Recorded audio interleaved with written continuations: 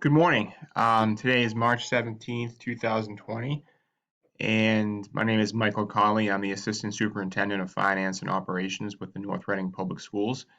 And today I thought I would do a brief presentation on our revolving grant and various revenue offsets that are included in our FY21 school budget proposal.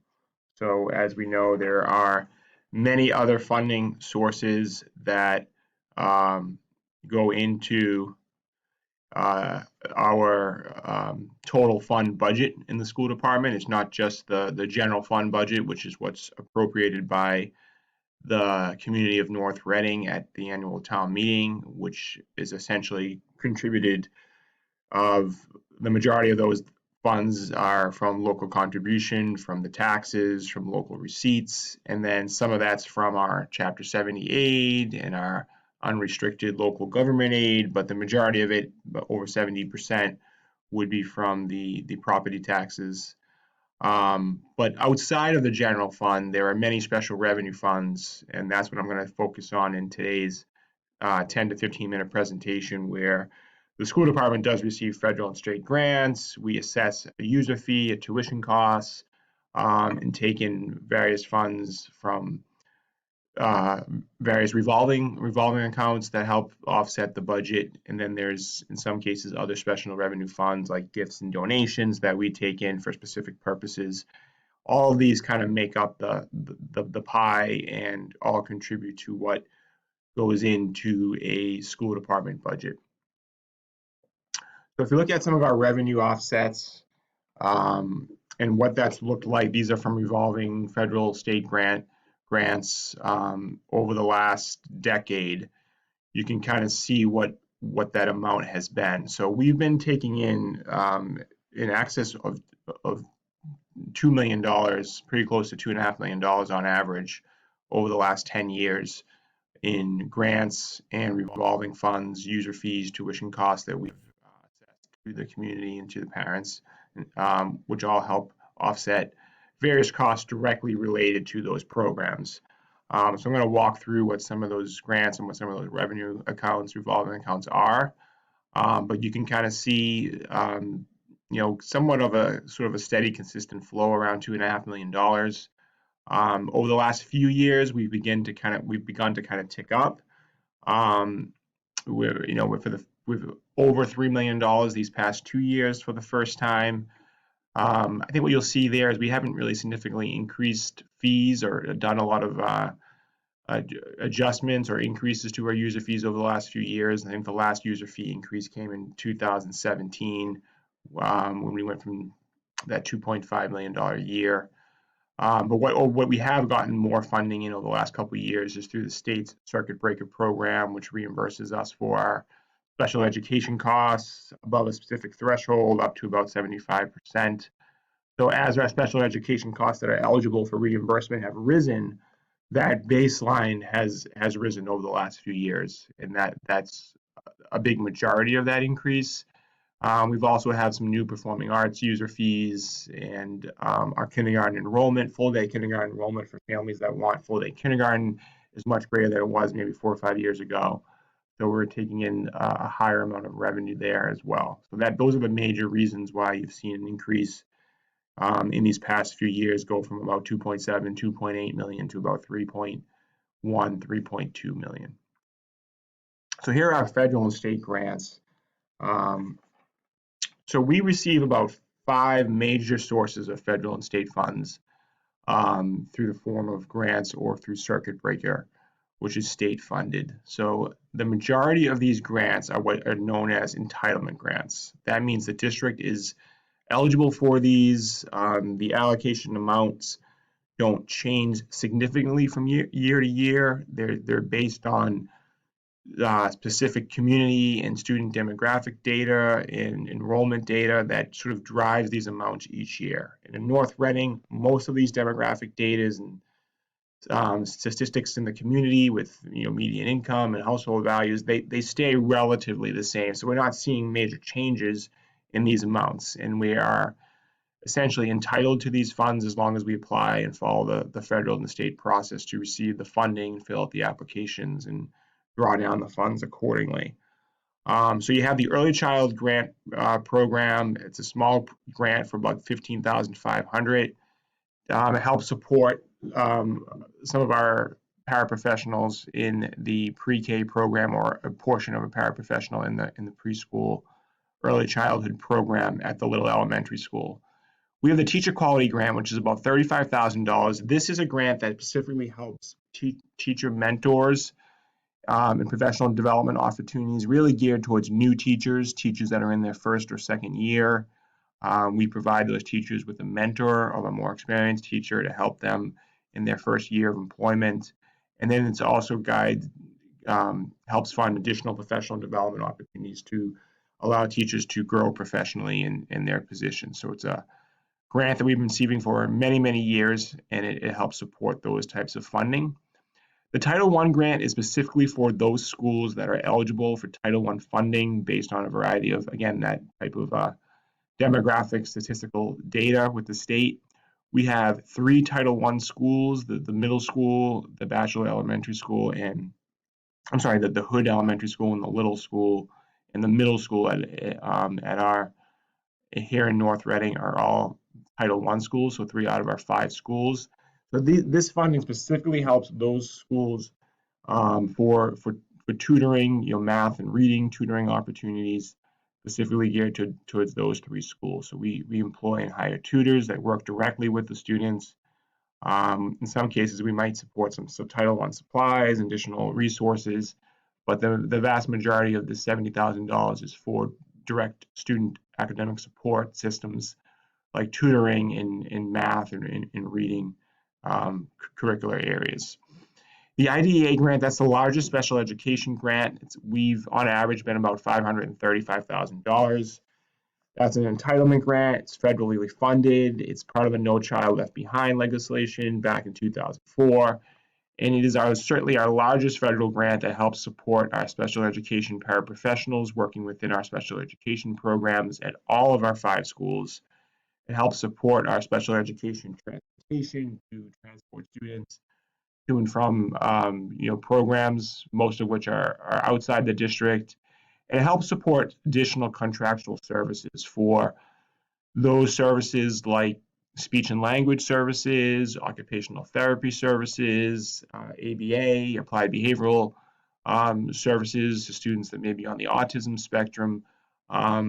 So all of these types of services geared towards student support, student services, special education, all make up our IDEA grant that we receive on an annual basis. So the biggest part of the pie here in federal and state funding is the circuit breaker account, and that, again, as this right up here, is a state program designed to assist districts with providing a level of reimbursement, usually in the 65 to 75% range. 75% would be fully funded, which the state usually is able to do. For what has been specifically geared towards special education tuition costs that are above a specific threshold, which has typically been 4 times the state average foundation budget, which has been approximately $45,000. Now, the Student Opportunities Act recently enacted has changed this formula somewhat for FY21. The good thing about that is it's added in the cost of transportation costs to the formula. So now districts are going to be able to receive a level of reimbursement for their special education transportation costs to out-of-district programs, as well as the out-of-district tuition costs and other related special education services for Pacific students are all kind of eligible expenses. They have disconnected the formula to the per pupil state average amount, and that amount is now going to just move with the cost of inflation, as the state is certainly making great strides through the Student Opportunities Act to increase the foundation budget for a lot of communities. So it's good that they have disconnected that formula with the foundation budget, because the foundation budget over the next 7 years is going to rise steadily. So all of these funds go into support all these great programs and expenses with the school department, and as you can see, we are taking in a little over $1.7 million here. Our revolving accounts, we essentially have about 7 main sources of revolving accounts that we assess a fee or a tuition cost for optional type programs that help support the costs directly related to those programs. So the first and foremost, athletic program, we charge a user fee. We're not unlike almost any district in the Commonwealth. Many charge a user fee for athletics at the high school level.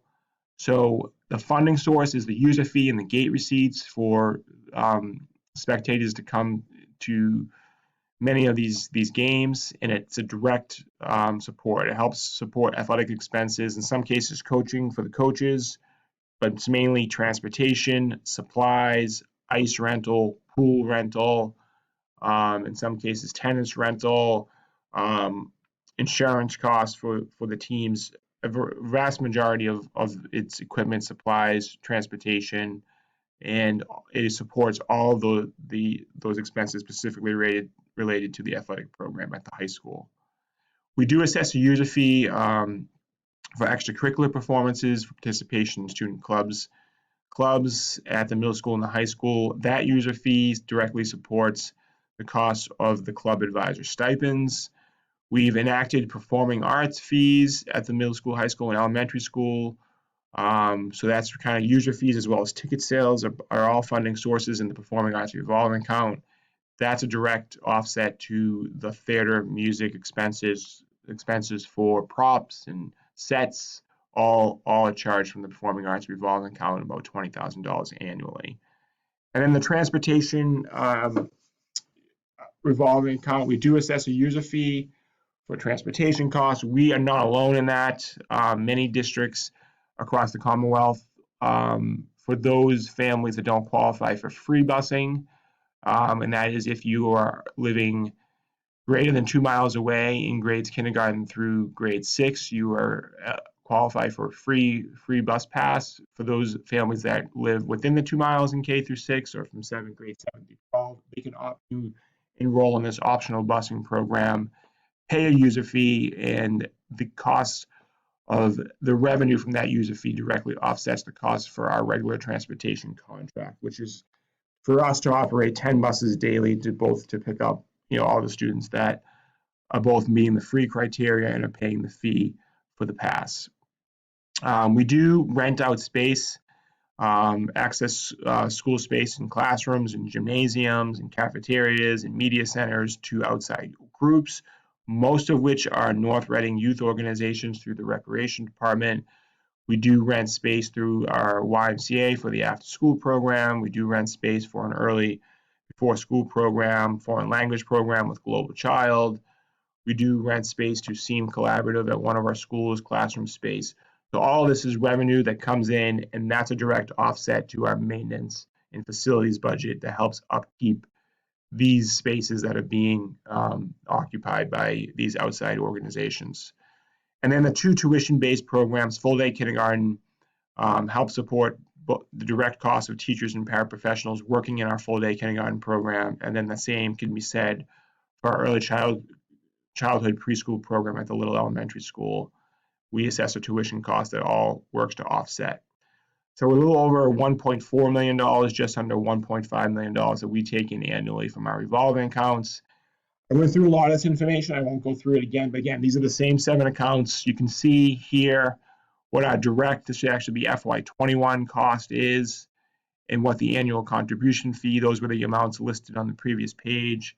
You can get a sense of, from a direct cost standpoint, what we're supporting, what the user fee is supporting. And the cost is supporting about pretty close to average, about 50% of the cost of the program. So for what we are actually paying for our bus transportation, our athletic program, our extracurricular program, kindergarten, preschool, from a direct cost standpoint, the annual user fees, the tuition cost that we're taking in is approximately supporting, in most cases, between 40 and 60% of the actual cost of that program. Overall, in the aggregate, we're supporting just about 48% of the user fee and the tuition cost that we take in of these programs. So from a revolving account offset standpoint, our FY21 request from the general fund for the community to support through town meeting appropriation is $33,199,530, a little over $1.4 million increase from FY20. That would be a 4.5% increase that we're asking the community to support. And then our various grants and revolving accounts that I just went through, the federal and state grants, the circuit breaker program, those 7 main sources of revolving accounts: athletics, extracurricular, transportation, full day K, preschool, rental account, all work to bring in an additional $3.2 million. So from a total school funds perspective in FY21, we're looking for we're at about $36.4 million. That still doesn't tell the full story, because as you guys showed earlier in that chart, we get a variety of donations and gifts from our parent organizations, from outside donors, from private donors, from local businesses, all at an annual average of about $250,000. And then we have our PTO budgets, which help support enrichment accounts, class field trips, speakers, classroom supplies, teacher stipends for supplies in the classroom, a variety of amount that the PTO organizations do, which we could not make the North Reading educational experience is what it is without the support of these additional funding areas, and those on average is about $75,000. So these all work together to kind of tell the full story of all the funds that are required to make the North Reading School budget and funding sources, and the educational experience is what it is for the North Reading student. So that, I hope, gives you a better picture of what the revenue offsets are and the budget subsidies. I know it's always can be a confusing amount, and many times parents are wondering, I'm paying a lot of money in my own property taxes here in North Reading, which we recognize, and then I also assessed fees for athletics, for extracurricular, for my child to do the play and so forth, or to go to full day kindergarten, and it does seem like a lot of money. And this is what these revenue sources go to support. It's directly supporting the cost of those programs. I can certainly say that we wish that we could, not have to assess any of these user fees and tuition costs, and hopefully over time we can get to a point where maybe they are not as high as they've become here in fiscal 21. So, and looking at our future dates to kind of wrap up here, the FY21 budget webinar is scheduled for Friday, March 27th. We have a public hearing scheduled for Monday, April 13th. The school committee is set to vote the budget on Monday, May 4th. And we have our annual town meeting on Monday, June 8th. So these are some key dates. I will just close with saying we are certainly in very trying times here in North Reading and in the country and in the state of Massachusetts. So I certainly wish everyone the ability to continue to be safe and healthy in the weeks and months to come. How impacts of the coronavirus and COVID-19 virus will impact some of these dates is a real possibility, and we'll certainly be working with Dr. Daly, the superintendent, and through the school committee to communicate that any changes out to the public. There is a good chance that many of these presentations over the next several weeks may become more sort of virtual, but that kind of remains to be seen. But I will certainly do the budget webinar on March 27th, and I just wish everyone the ability to stay healthy and safe during these challenging times. Great, I appreciate your time today. I hope you found this presentation helpful. Thank you.